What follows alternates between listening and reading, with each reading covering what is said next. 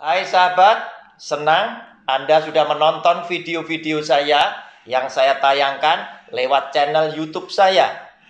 Saya percaya Anda sudah like, Anda sudah subscribe, sehingga setiap kali saya menayangkan video-video saya yang baru, Anda pasti tidak akan pernah ketinggalan. Jika Anda merasa diberkati lewat video-video saya, maka dengan kerendahan hati saya memohon berkenanlah Anda share juga kepada keluarga-keluarga yang lain agar mereka juga mendapat berkat yang sama. Sengaja video-video saya isi dengan pelajaran-pelajaran Alkitab yang akan menjadi berkat bagi setiap keluarga yang mengikutinya. Mereka akan berhasil mengajar mendidik anak-anaknya menuju kepada kesuksesan, kebahagiaan, dan keselamatan yang Tuhan sudah siapkan. Oleh karena itu, jangan pernah tinggalkan video-video saya. Ikuti terus lewat channel YouTube Roni Suwono. Shalom.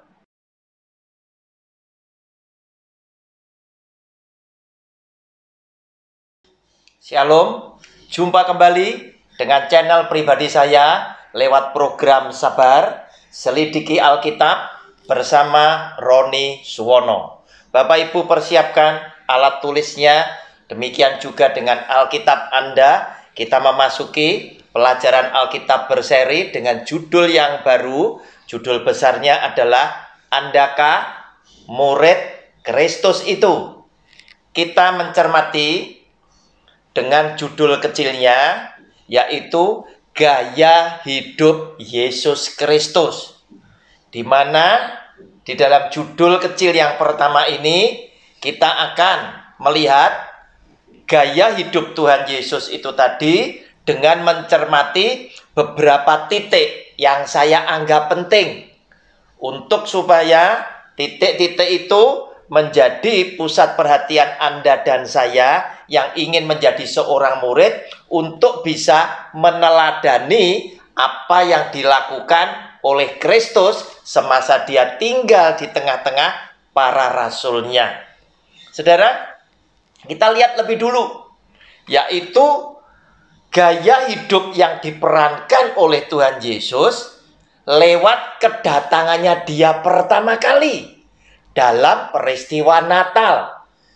Saudara, kita baca lebih dulu Matius pasal 28 ayat 19 dan 20 yang mendasari judul besar kita, Andakah Murid Kristus Itu? Demikian bunyi firman-Nya. Karena itu pergilah, jadikanlah semua bangsa muridku dan baptislah mereka dalam nama Bapa dan Anak dan Roh Kudus. Dan ajarlah mereka melakukan segala sesuatu yang telah kuperintahkan kepadamu, dan ketahuilah aku menyertai kamu senantiasa sampai kepada akhir zaman. Saudara, judul besar ini akrab berbicara mengenai hubungan antara Yesus Kristus sebagai guru dan para rasul Petrus dan kawan-kawan sebagai muridnya. Akrab berbicara tentang Yesus Kristus Tuhan sebagai guru dan Anda dan saya sebagai murid-muridnya. Orang Kristen, orang yang ingin mengikut Kristus sebagai murid-muridnya. Saudara, ini bicara tentang hubungan guru dan murid. Seperti apa yang dikatakan oleh orang yang ada di Jawa, mereka berkata, yang namanya guru itu artinya adalah yang digugu lan ditiru. Artinya dalam bahasa Indonesianya adalah orang yang dipercayai. Apa yang dia utarakan, apa yang dia ucapkan, apa yang dia ajarkan, dan perilaku daripada guru adalah sesuatu yang harus kita teladani. Karena apa? Yang diajarkan itulah yang dilakukan oleh seorang guru. Dan kita sebagai murid yang mendengar ajarannya dia, yang menyaksikan perilakunya, kita wajib mendengarkan, memahami, kemudian melakukan segala perilaku yang telah diteladankan oleh Sang Guru. Nah, saudara, ketika Tuhan Yesus menyampaikan firman Tuhan ini dalam Matius pasal 28 ayat 19 dan 20 yang dikenal sebagai amanat agung oleh orang-orang Kristen, para murid tidak bertanya lagi. Kenapa para murid tidak bertanya lagi? Karena para murid sudah tahu apa yang ditugaskan oleh Yesus yang adalah Kristus kepada mereka. Karena mereka pun tahu, hidup mereka pun meneladani Kristus. Kurang lebihnya mereka harus mengajarkan ajaran Tuhan Yesus kepada para murid yang lain untuk menjadikan mereka memiliki hidup sama seperti Kristus, sama seperti Yesus yang adalah Kristus. Itulah yang disebut pemuritan. Setiap murid kurang lebih akan menjadi seperti gurunya, tidak nyimpang daripada gurunya. Oleh karena itu, benar apa yang dikatakan oleh orang-orang Jawa, guru adalah digugu, didengarkan ucapannya, difahami pengajarannya, lan ditiru dan dicontoh dan diteladani sikap dan perilakunya. Saudara, lewat gaya hidup Tuhan Yesus yang pertama kali, yaitu kita bisa mencermati pada kedatangannya Dia lewat peristiwa Natal. Nah, saudara, Dia memperagakan gaya hidup Tuhan Yesus itu adalah gaya hidup yang semuanya sangat sederhana. Dan titik yang pertama, kita menyaksikan bagaimana kesederhanaan Yesus yang adalah Tuhan itu ditunjukkan ketika Dia datang pertama kali menjelma sebagai manusia di dalam peristiwa Natal. Saudara, mari kita menyaksikan ayat firman Tuhan yang akan saya bacakan dari Lukas pasal yang kedua ayat 8 sampai dengan yang ke-14. Judulnya Gembala-Gembala. Di daerah itu ada gembala-gembala yang tinggal di padang menjaga kawanan ternak mereka pada waktu malam.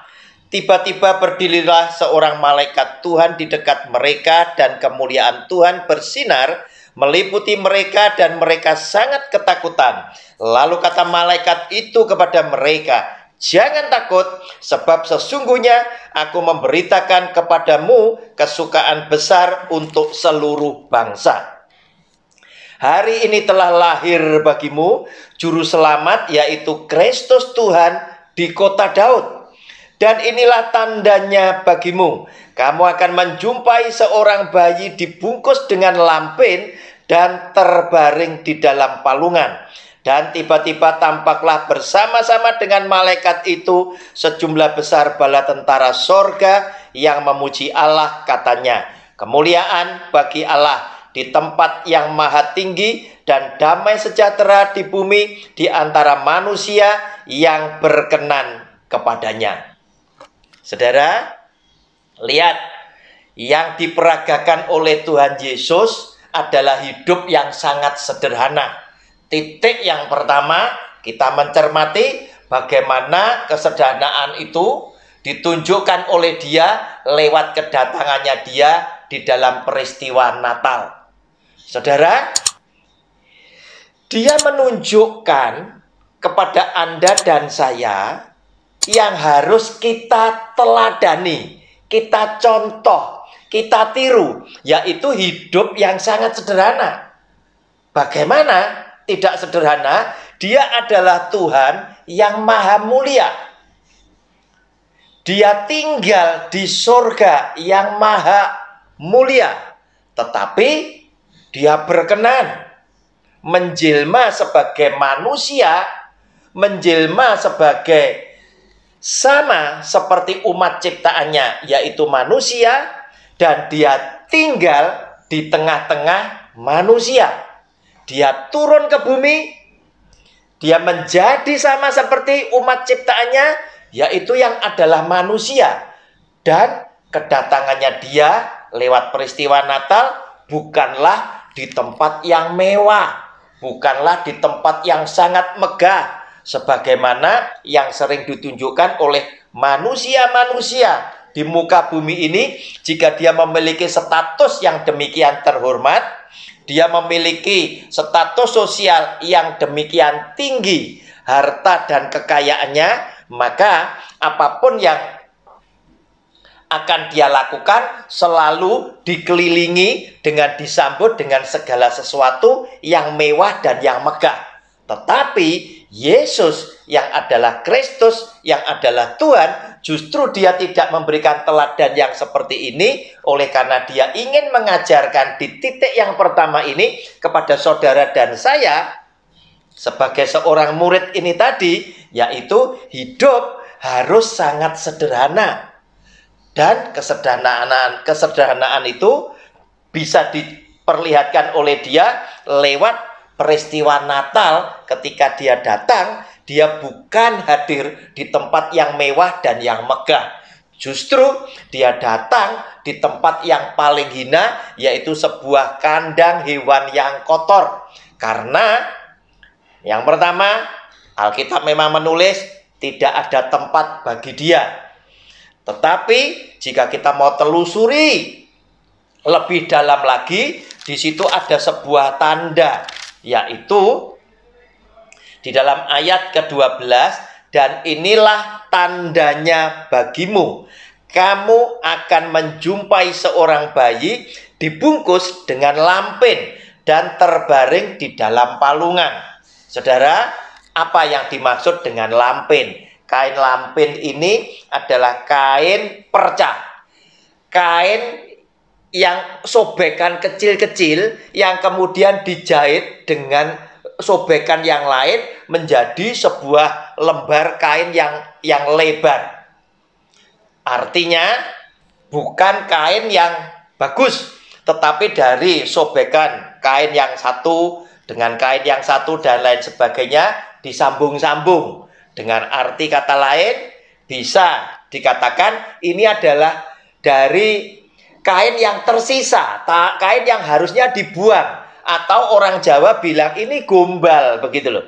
Tetapi kemudian digabung-gabung supaya menjadi satu lembar yang lebih lebar, dipakai untuk membungkus bayi Yesus.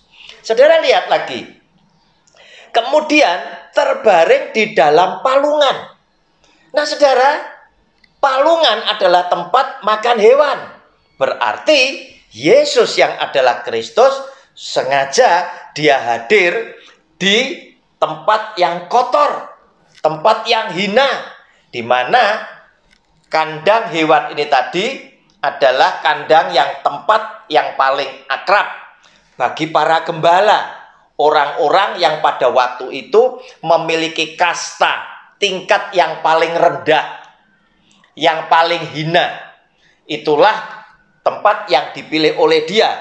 Lagi pula, kalau kita melihat lahirnya di kandang hewan, boleh jadi karena kepepet, tidak ada tempat. Tetapi jika kita melihat selimut yang dipakai untuk membungkus bayi Yesus tadi adalah kain lampin, sobekan-sobekan dari banyak kain yang disatukan, menandakan bahwa Yusuf dan Maria bukanlah orang yang punya uang cukup, tetapi mereka adalah pasangan yang sangat-sangat sederhana. Padahal Anda dan saya seringkali dulu kita membayangkan ketika kita masih remaja, mungkin ketika kita dikecewakan oleh orang tua, harapan kita, permintaan kita tidak bisa dipenuhi oleh orang tua. Terus kemudian teman-teman kita bisa mendapatkan sesuatu yang diinginkan sehingga kita merasa iri. Melihat teman-teman kita bisa menikmati kebahagiaan yang lebih dari kita. Terkadang kita bisa berpikir, Tuhan, kenapa aku kok tidak dilahirkan di keluarga ini, keluarga itu, keluarga ini. Sehingga kalau aku jadi anaknya om itu, tante itu, aku bisa menikmati kebahagiaan yang lebih daripada yang sekarang harus aku alami. Nah saudara, ternyata Yesus yang adalah Tuhan juga ingin menyampaikan pesan kepada saudara dan saya bahwa orang yang dipakai oleh Tuhan bukanlah harus orang yang hebat, dari keluarga kaya, dari keluarga pandai, dari keluarga terhormat. Bukanlah demikian. Justru dia mau lahir di sebuah keluarga, Yusuf dan Maria sebagai orang biasa yang sederhana, bukan orang yang punya duit. Lihat, pembungkus selimut yang dipakai untuk membungkus bayi Yesus supaya tidak kedinginan adalah dari kain lampin. Kesederhanaannya dia ditunjukkan lewat tempat di mana dia hadir pertama kali. Bukanlah sebuah hotel, bukanlah sebuah losemen yang bersih, yang mewah. Tidak, tetapi justru di tempat yang hina, tempat yang kotor. Tetapi tempat ini adalah tempat yang akrab bagi orang-orang golongan tertentu, yaitu kasta yang paling bawah, yaitu para gembala. Saudara, lewat apa yang disampaikan oleh Tuhan Yesus ini tadi, yang dilakukan oleh Tuhan Yesus, benarkah Anda dan saya adalah murid Kristus yang mau hidup sangat sederhana? Walaupun Tuhan adalah Allah yang maha kaya, maha mulia, tetapi dia ternyata adalah Tuhan yang sedang mengajar Anda dan saya sebagai murid-murid Kristus untuk mau mencontoh meneladani dia dengan hidup sangat-sangat sederhana. Dibuktikan oleh dia datang bukan di tempat yang mewah. Dia lahir tidak sama seperti zamannya Anda dan saya sekarang. Begitu istri kita atau anak kita memasuki kehamilan yang sudah 7 bulan, mulai belanja baby box-nya. Terus kemudian perlengkapan yang lain, warnanya apa. Kalau USG-nya akan mendapatkan anak laki-laki, biasanya belinya yang warna biru. Tetapi kalau mau dapat anak cewek, langsung semuanya nuansanya adalah merah muda atau pink dan lain sebagainya. Saudara, apa yang ditunjukkan oleh Tuhan Yesus adalah sama sekali yang namanya Yusuf dan Maria tidak memiliki persiapan yang cukup. Itu menandakan bahwa Yesus Tuhan ingin sampaikan kepada saudara dan saya bahwa orang yang dipakai oleh Tuhan untuk suatu pekerjaan yang besar bukanlah harus orang yang hebat, yang pandai, yang punya kedudukan, status sosialnya tinggi, tetapi dia ingin pakai orang-orang yang sederhana, namun berkenan menyediakan hatinya 100% untuk Tuhannya. Shalom, Tuhan Yesus memberkati. Amin.